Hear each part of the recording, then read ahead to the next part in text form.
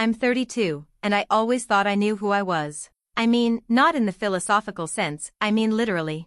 I grew up thinking my name was Melanie Brooks, born and raised in upstate New York, youngest of 3 sisters, daughter of a retired nurse and a high school chemistry teacher. We weren't rich, but we were happy, and I never questioned anything about my childhood. Until last month. It started when I went to renew my passport. My husband, Zach, and I were planning our first big vacation together since we got married 3 years ago. We were finally doing Europe, Italy, Greece, the whole romantic thing. I had everything ready, but when I handed over my birth certificate at the DMV, the woman behind the counter frowned. She asked me to wait a moment, then disappeared behind a door with my documents. I sat there for 20 minutes thinking maybe it was just a computer issue. But when she came back, she was with a man who introduced himself as a supervisor. He politely asked where I got my birth certificate from. That's when the panic set in. I told him it was the original, given to me by my parents. He excused himself again.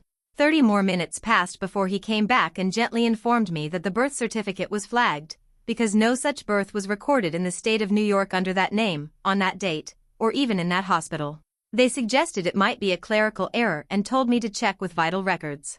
So I did. I called my mom later that evening, expecting a quick explanation. She went silent. Not quiet, silent. I thought the call had dropped. When she finally spoke, her voice was shaking. She told me she'd call me back, that it's complicated, and hung up. That was 2 weeks ago. She hasn't called since. In the meantime, I dug. I requested a new copy from the county records office. They had nothing. Not under Brooks. Not under Melanie. It was like I didn't exist. I asked Zach what he thought. He said maybe my parents had a reason to keep something from me, like adoption. That made sense. Painful, but at least logical. Then I checked the safe we keep in the bedroom. I never go in there, but Zach always handles our documents. Our marriage certificate, home deed, all that stuff. Just to double check, I pulled out my copy of our marriage license. And I froze. Because my name on that license wasn't Melanie Brooks, it said Emily Carter. I had no idea who that was. The name Emily Carter stared back at me like it belonged to someone else. I sat on the edge of the bed with the document in my lap, heart pounding so hard I could barely breathe. I went through every possible explanation in my head: typo, paperwork mix-up, a mistake by the clerk. But then I remembered the wedding day. How Zach insisted on handling all the paperwork. How he told me not to stress over details, said he'd already filled everything out. I didn't even double-check it. Why would I? I trusted him. Still, I needed confirmation. I pulled out our wedding album, one of those big leather-bound ones we paid way too much for. In the back, there was a copy of the marriage license, signed and sealed. Same signature. Same date. Same everything.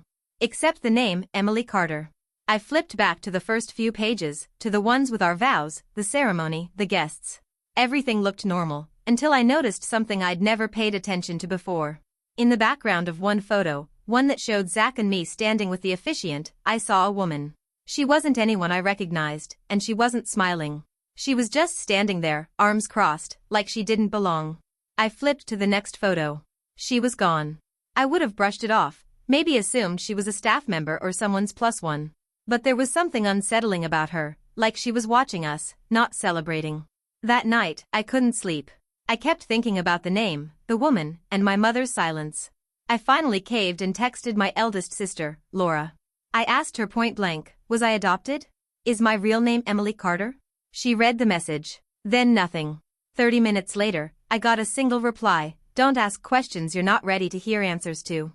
I stared at that for hours. Whatever this was, it went deeper than I thought. And suddenly, my own name felt like a stranger's. After Laura's message, I didn't sleep at all. I laid there, staring at the ceiling, every memory of my childhood twisting into something suspicious. Every time I was too young to remember, every story that didn't quite add up, every weird look exchanged between my parents, all of it started to feel like evidence. The next morning, I drove straight to my parents' house. I didn't call first. I couldn't. I knew if I gave them a heads up, they'd have time to come up with some excuse, or worse, disappear from my life entirely. My dad opened the door. He looked surprised, but not guilty. More like, tired. He invited me in like nothing was wrong. I went straight for the hallway closet. That's where my mom always kept the photo boxes, the ones with our baby albums and school pictures. She was in the kitchen, frozen by the sink, just watching me. I pulled down the big green box labeled Melanie, baby to middle school. My hands were shaking. I opened it. There were dozens of pictures. Me in a stroller.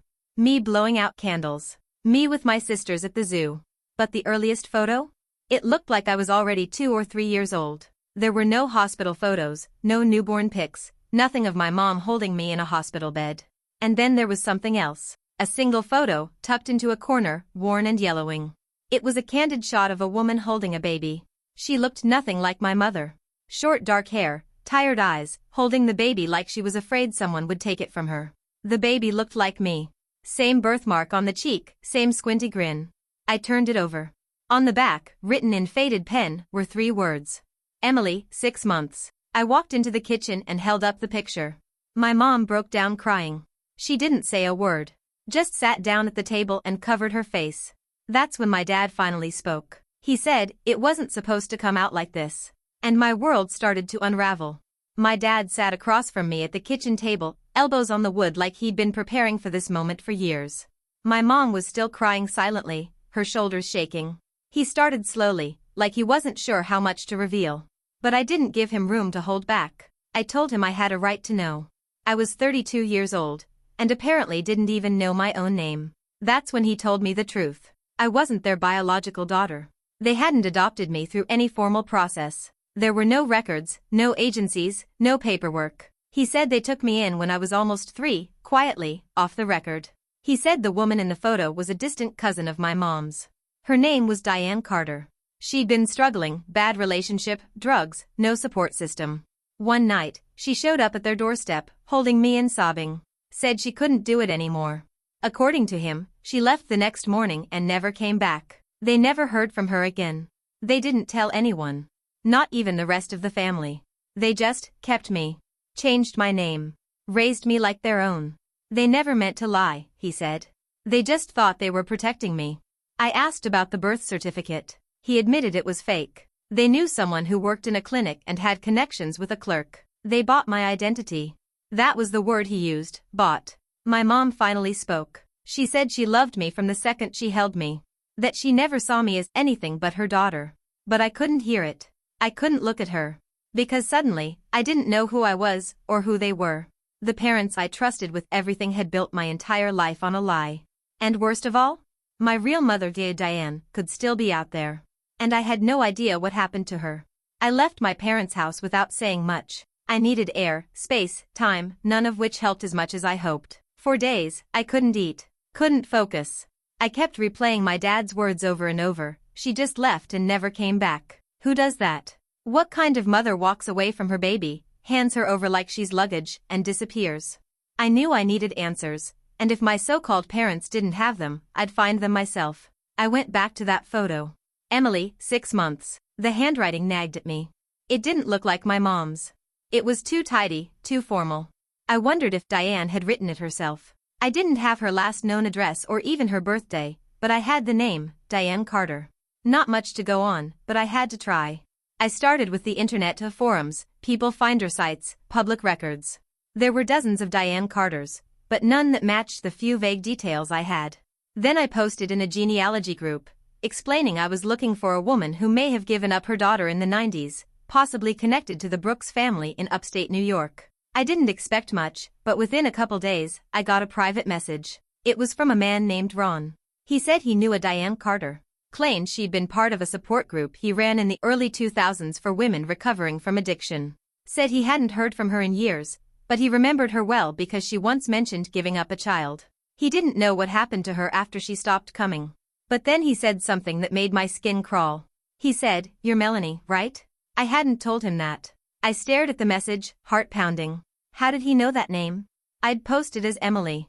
The name on the back of the photo. Not Melanie. He said he'd seen my wedding photos. And then he sent a link. A blog post. Buried in some old wedding planning site. Our engagement story. My name. Zach's name. Our venue. The exact same photo with the woman in the background, only cropped differently, and this time, she was front and center. Same woman. Same face. Except the caption under it read, "Family friend Diane, so happy she could make it." I never invited her. Zach did. I couldn't breathe. I stared at the screen, heart hammering in my chest. That photo, our wedding photo, labeled Diane as a family friend. But I had never met her before in my life. Not once. I would have remembered that face, the one that had been haunting the edges of every new truth. And yet, she was at my wedding. Zach invited her. I needed answers, and I needed them from him. When I confronted Zach that night, I didn't lead with the picture. I simply asked, "Do you remember everyone who came to our wedding?" He hesitated, clearly confused, then rattled off some of our guests, family, coworkers, college friends. I asked if he remembered anyone named Diane. His face changed. Barely. A flicker. But I saw it. He played dumb. Said it didn't ring a bell. So I showed him the blog post, the photo, the caption. He stared at it for a long time, too long, then finally said, "Oh, yeah, I think she was someone from my dad's church group. She RSVP'd late." It was a lie. A lazy one. Zach's dad hadn't been in a church group since before we met. And even if she had RSVP'd late, why did she show up in a picture right behind us, watching with that cold, unreadable expression? I wanted to scream. But I kept calm. I asked why she was labeled a family friend. Why she wasn't in any other photo. Why she left immediately after the ceremony. Zach started deflecting. Said I was being paranoid, that wedding planning had been chaos, and plenty of guests came and went that he barely noticed. But here's the thing, Zach never forgets faces. He has a memory like a steel trap. And that little flicker of recognition when I said her name? It wasn't confusion. It was fear. I told him I knew who she was. He didn't ask how. Didn't ask what I meant. He just went quiet. Too quiet. And that's when I realized something else. If Zach invited her, then Zach had known who I really was the whole time. Zach didn't deny it. He didn't confess either. He just stared at the floor like he was waiting for me to make the next move. The silence stretched on so long, I could feel the air change, heavier, thick with the weight of everything unspoken. I asked the question outright. "How long have you known my real name is Emily?" He didn't flinch. Then he finally said, "Since before we got engaged." That answer hit harder than I thought it would. Because that meant the entire proposal, the planning, the vows, all of it was staged with that secret burning in the background. I asked how. Why? What possible reason he had to keep something that huge from me. And that's when everything cracked open. Zach said he met Diane first, years ago. Before me. He didn't give me all the details, but enough to know it wasn't some random encounter. They knew each other. He claimed it was part of some volunteer group he'd joined after college. She'd confided in him, apparently. Told him she'd given up a daughter years ago. Told him the name she'd been given, Melanie. He swore he didn't put it together until months into dating me. Said the timelines lined up, the details matched, and one day, he just knew. And instead of telling me, he tracked her down. He said he invited her to the wedding because he thought maybe, somehow, having her there would be healing. That one day, when I found out the truth, I'd be grateful she got to see me happy. That maybe she needed it. He told me he thought he was protecting me. But I didn't feel protected. I felt violated.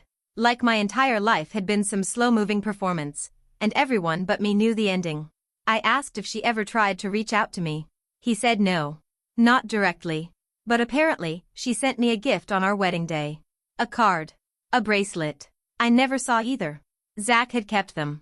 I demanded to see them. He disappeared into the garage and came back with a small box. Inside was a letter addressed to my Emily and a delicate silver bracelet with a single heart charm. The letter was short. Just a few lines. "I wasn't strong enough to keep you, but I hope you've been loved more than I ever could have managed. Maybe one day, you'll understand why I stayed away." I held it in my hands, shaking.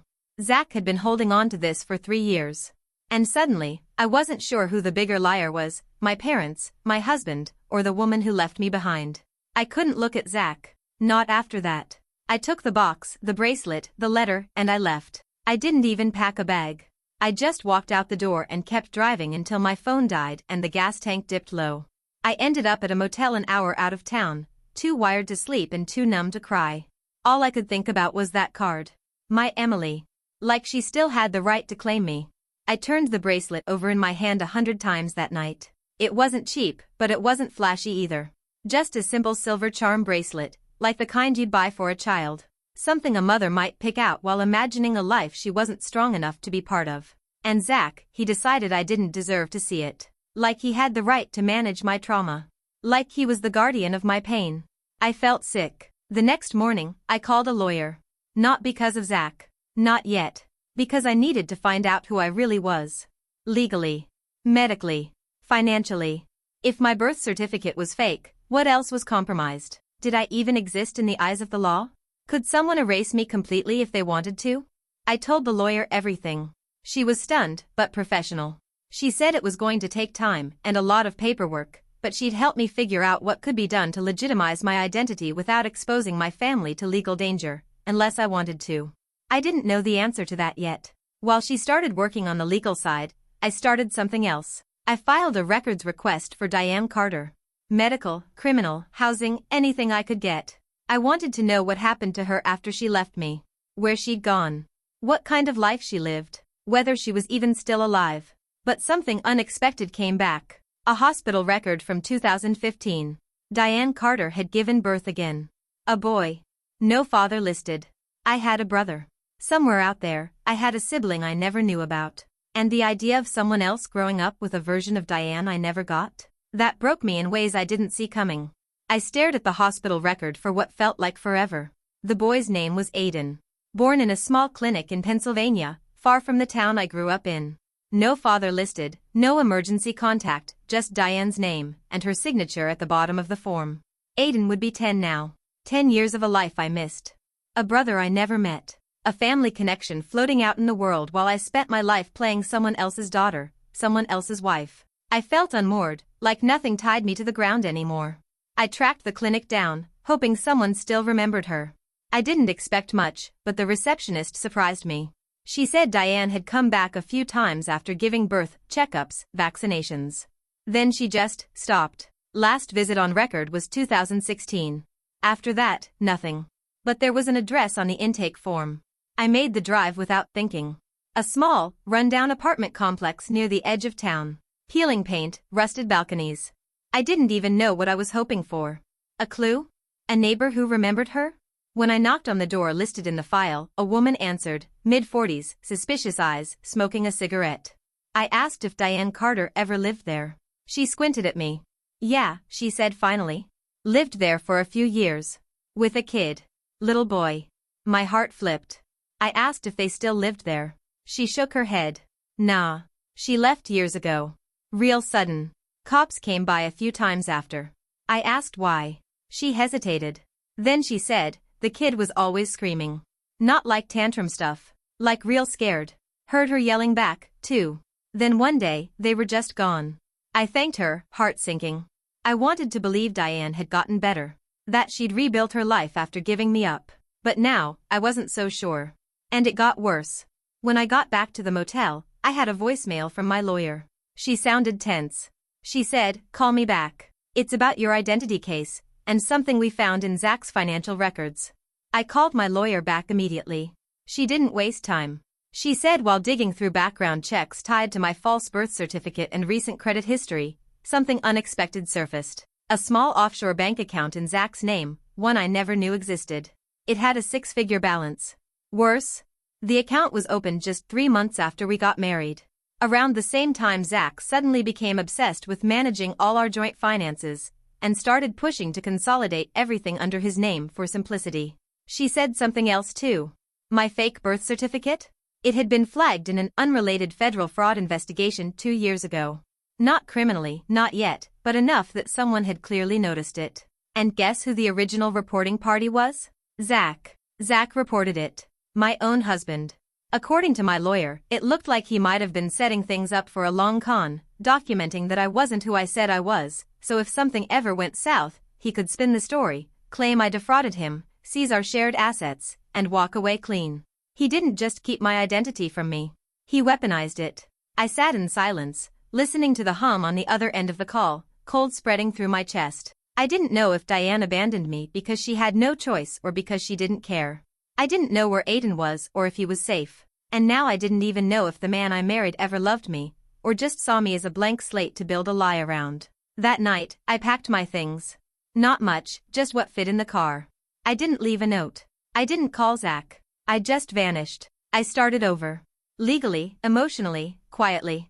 I used my real name, Emily Carter, for the first time in my life. I filed to legally change it. Not back to Melanie. Not to anything fake. Just Emily. I started therapy. I reported Zach. I opened a case to trace my brother through child services, though it might take years. I began to rebuild a life with no lies, no blurred lines. And every day I wear that little bracelet. The one Diane gave me. I still don't forgive her. I don't even know if I'll ever understand her. But I'm done being someone else's project. I may have been born into chaos, molded by secrets, married into betrayal, but I walked away with something no one expected. The truth. And it's mine now. All of it.